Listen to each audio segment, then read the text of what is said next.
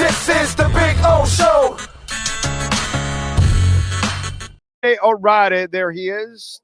Hold on. There he is. Okay, there we go. How you doing, baby? You doing good? Doing good. Oh, appreciate you letting me get a few extra minutes there. I was on a call with work, but everything is good. Brother, we're digital. We run the bitch. We do whatever we want. We go on whenever we want, wherever we want. It's life the last 6 years has been just liberating, bro. You know what I mean? So, you know me, bro. We're all good, bro. You and I are always good. I was just talking to the whiny fans, and you and I have been at this for a long time. Losing late, it's a bitch. You lose early. Like I gave the example when Miami lost to FSU at the beginning of the year, the first game of the season. And we're like, oh shit, we're done. We're out of the race. Forget it.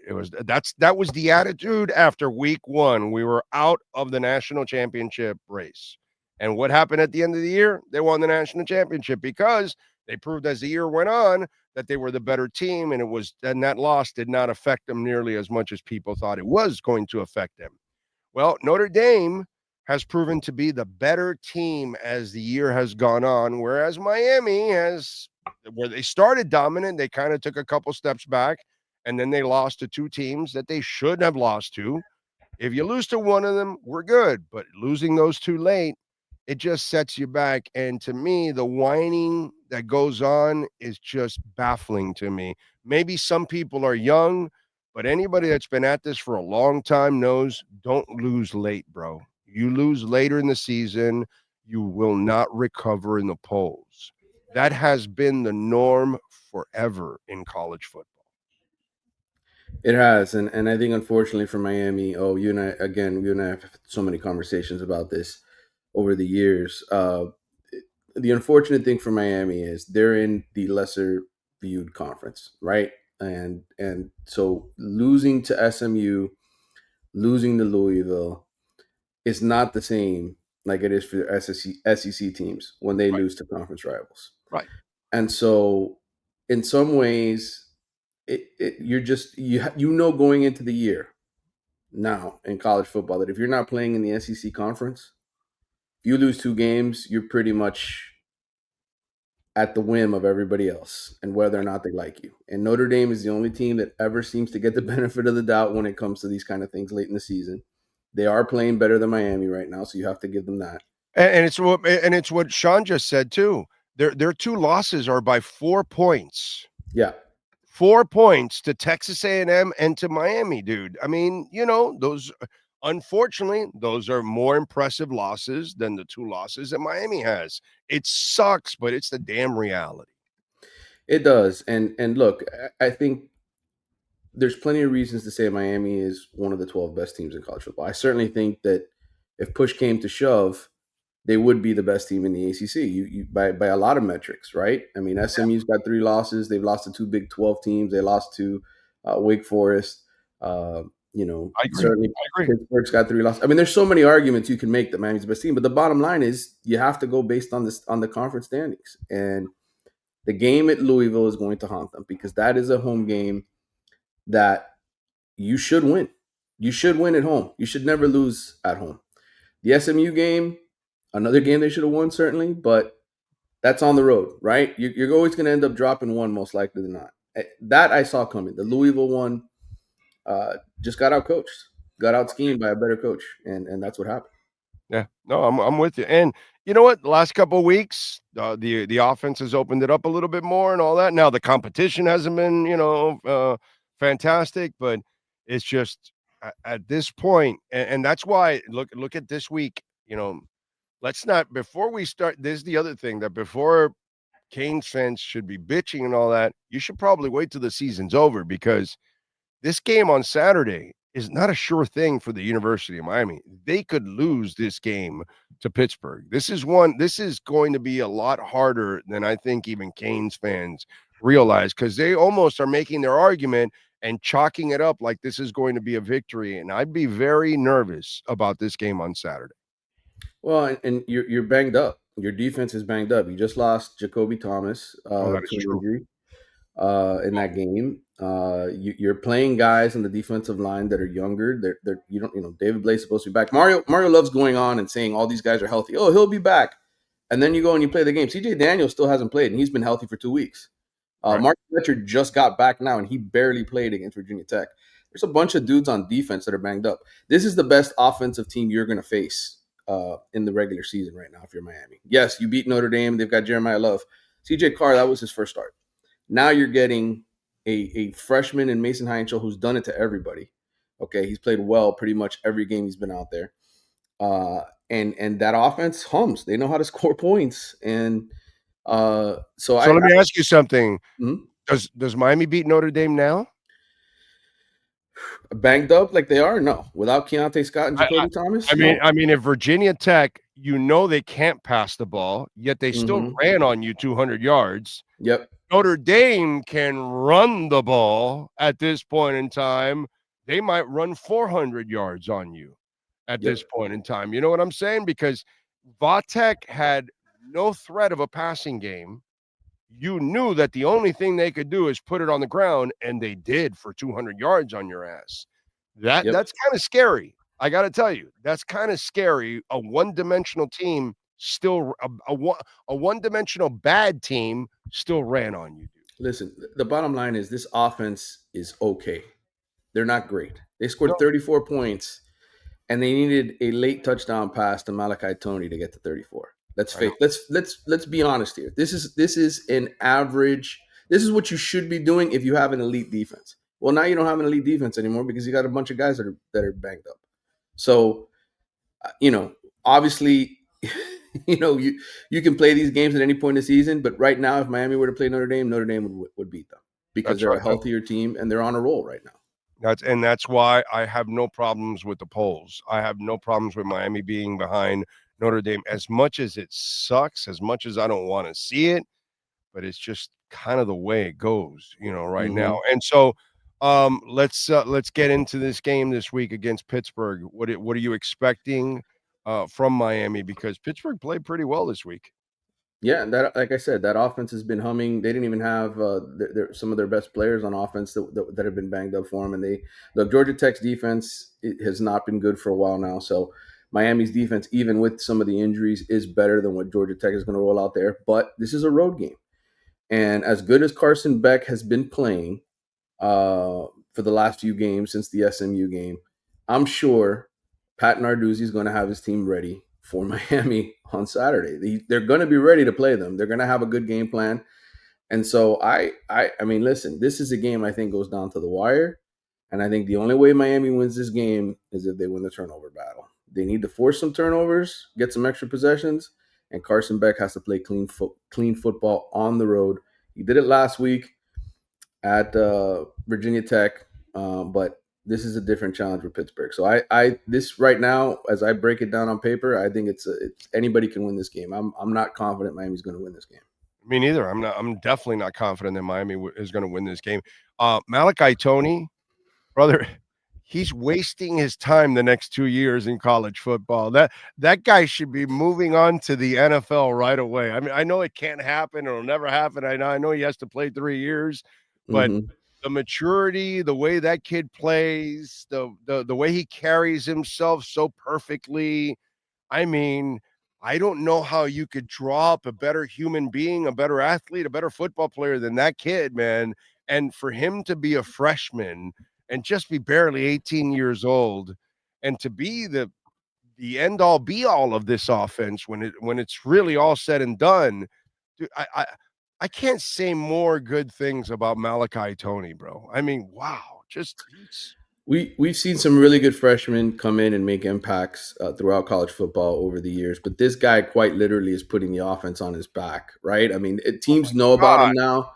They are game planning for him. They're trying their best to take him out of it, and he's still finding a way to make an impact on every play because you need to know where he is. So to me, I start looking ahead to next year. Obviously, we don't know who's going to be quarterback for Miami next year. I'm sure they're going to spend a lot of money on whoever it is. And I'm sure there's going to be a couple quarterbacks going, no, I want to go there. I want to play with that kid, dude. Right. Plus the offensive line, which Beck, you better play well, dude. You have time to smoke cigars back there. I mean, give me a break. What quarterback doesn't want to play here? Yeah, for sure. And look, Malachi, to me, I tweeted this out during the game on Saturday.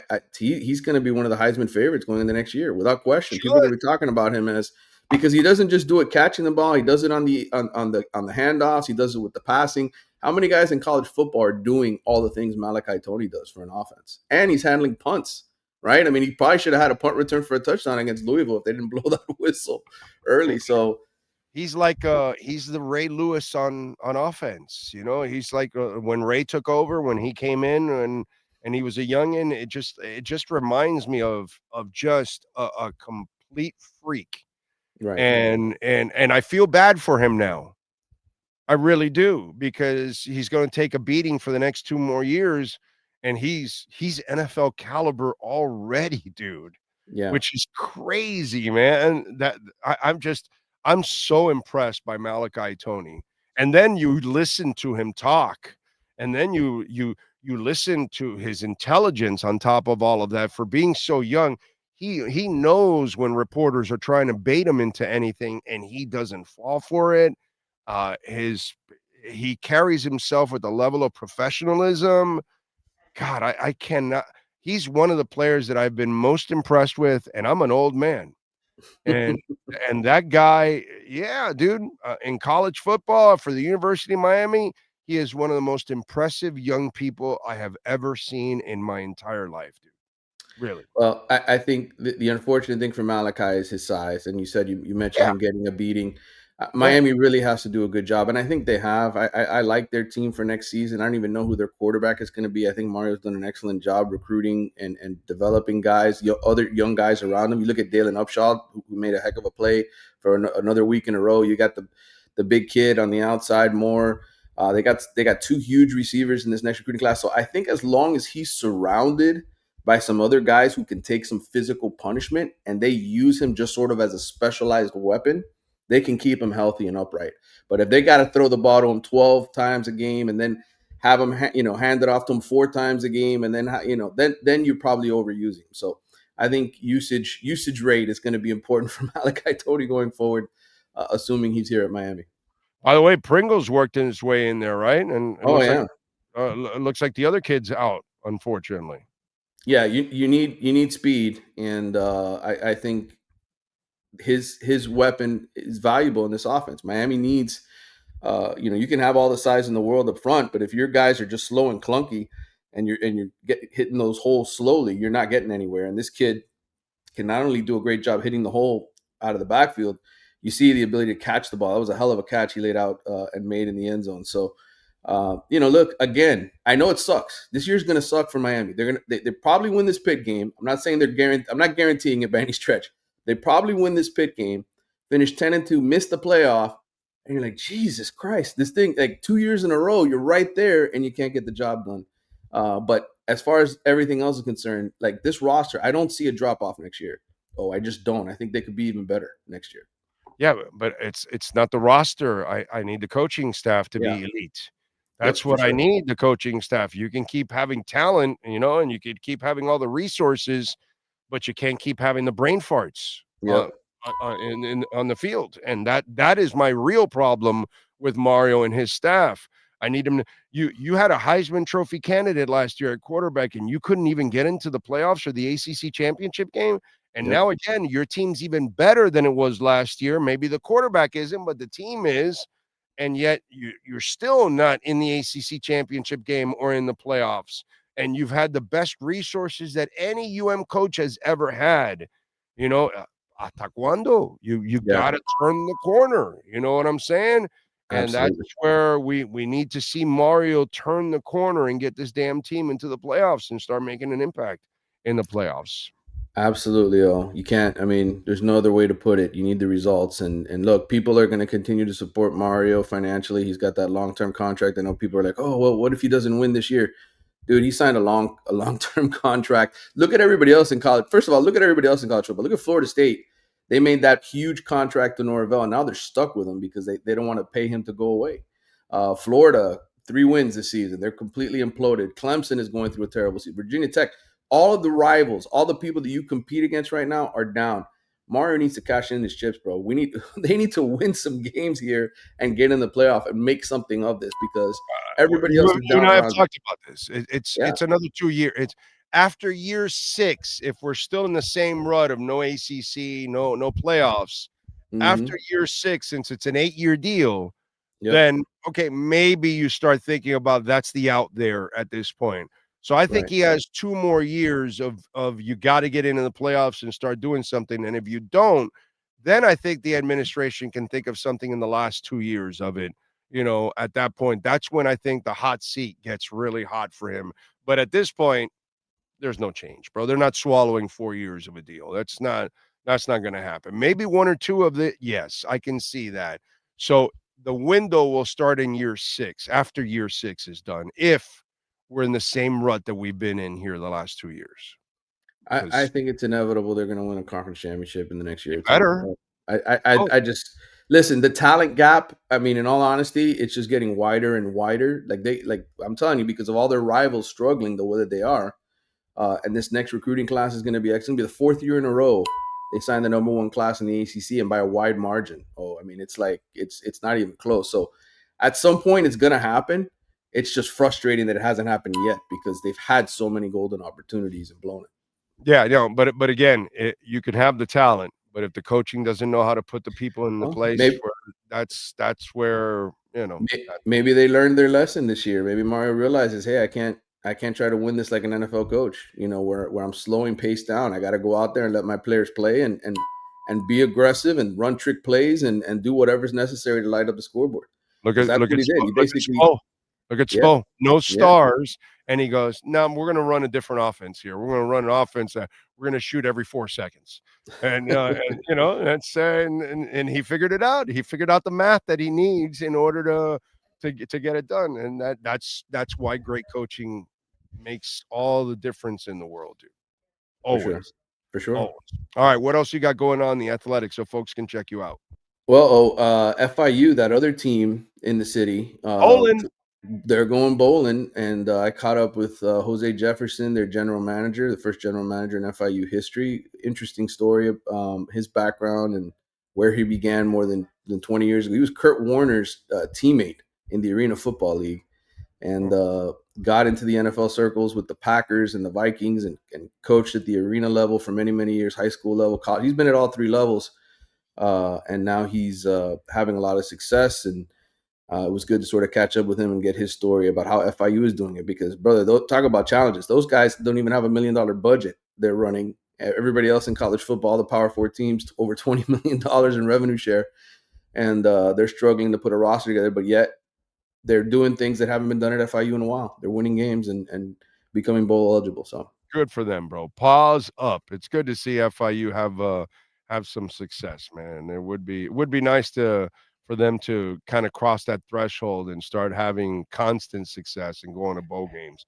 They've got a chance to pick up some talent here, man, in their backyard, and they could actually be like a beast in a little east, wherever what's their are they in the American they're Conference? they're in the conference. They're in Conference USA Conference right now. USA, Conference Right. USA, that's it. Right. Yeah, so they could do some damage there, bro. If they can steal a couple kids here in South Florida, a couple 3 stars and stuff like that, they could start Well, doing some damage, bro. and bringing the kids back home, the ones that sit on the bench in other places, and then all of a sudden they come here and they play well, and then they get paid to go somewhere else. That's part of the deal. That's part of the interesting part of that story is they're sort of a rehab center. They help these kids become stars, and then they leave to go play somewhere else. And every year they start that cycle over. So that's why I think that story is so interesting of what it's like to be the middleman in college football and basically develop guys, have them become stars, and then they leave to go get paid. But that's good for you because then the next guy who wants to do that wants to come do that with you. So, Dali. yep. That's what we're supposed to say since pit bulls. Hey, listen, we're old enough, bro. We saw Cindy Russo for many years doing women's basketball at FIU, what no one ever thought, and they never did it again. That woman, how many 20-win seasons that I made you look up back in those days? She had a crap ton of 20-win seasons over there. She was Mm-hmm. recruiting ladies from you know, the Eastern Bloc of the world and stuff like that. It was like amazing. She would find people in Russia and Lithuania and all that kind of stuff and bring the ladies over here, and she would have one of the better basketball. Danny Price did it for a while. Mario for a short time was able to make a little bit of an impact.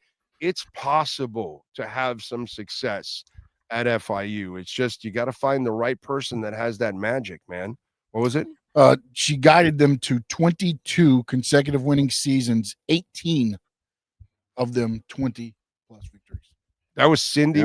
Like, people don't remember, like, you and I have been around, so we know about all this shit, but people don't realize how, like, Cindy Russo was a beast at FIU, bro, like a monster. It's possible. You can do it, bro. You can do it at FIU. So as long as you use this base, South Florida, the way that you should, there's no reason you can't win at a place. And they have damn good resources now at FIU, bro. They have the money, they have the power. That place looks like a downtown now compared to when my wife started going to school there, like 40 years ago or whatever it was. She's 33 in teaching. So it was 34 to 37 years ago she was there, and there was just like 3 buildings. And now it's a metropolis, bro. Unbelievable. It really is. So it's crazy. All right, man. Follow him on Twitter and Manny_Navarro and catch his work there at The Athletic. Appreciate you, my brother. We'll catch up later in the week. All right, man. Talk soon. You got it. There you go. Manny Navarro, as always. And we are here at Caneswear, baby. Don't forget to use our code BIG010. You will get 10% off. You got anything and everything with the Canes logo on it out here. You got Panthers gear. Come on, baby. Panthers are turning up. How about the Heat? The Heat are the number 3 seed in the conference. Let's say country. In the conference. InterMiami is in the conference finals. You got to get your InterMiami gear, man. We got the conference finals here on Friday night.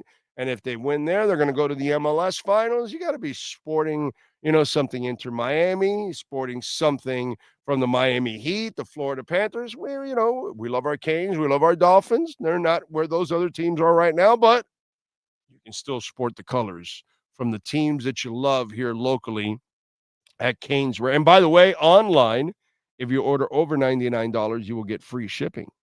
Caneswear.com.